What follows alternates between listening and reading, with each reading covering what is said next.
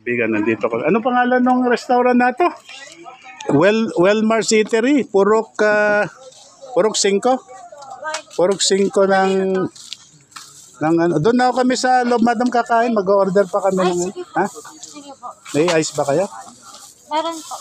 Anong purok ito, ma'am? Purok 5. 5. Tapos doon sa pinakadulo, ano na yung exit noon? Purok 6 po. Purok 6, okay.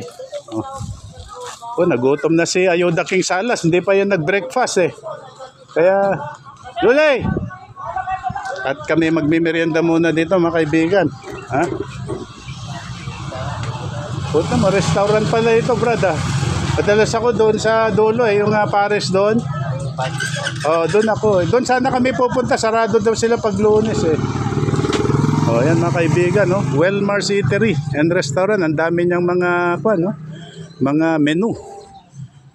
Pansit Bilao, pansit bato, ewan ko kung ano yan, batil patong. Oh my goodness. Yan. So yun, pagka ito yan na po. Tayo na, magmerienda muna habang kwan. Naluto na ba, sir? Naluto, ay papaluto pa? Hindi, meron na bang luto? Hindi, yung barbecue.